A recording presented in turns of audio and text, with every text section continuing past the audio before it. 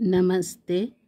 Subject Jawahar Navodaya Vidyalaya Entrance Exam Section 2 Mathematics. 250 self-study problems on mathematics. Problem number 42.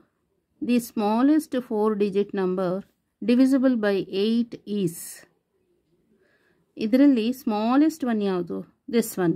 ಇದು 8 ಇಂದ divide ಆಗುತ್ತಾ check ಮಾಡೋಣ. So answer for this problem. So 1000 divided by 8 equal to how much anta?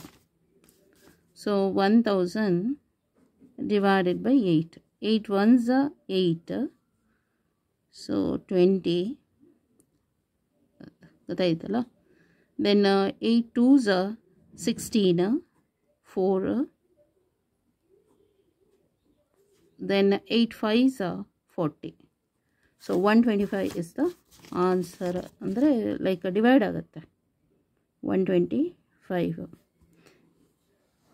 So allige the smallest 4-digit number, this one, smallest 4-digit number is this 1000 divisible by 8 is.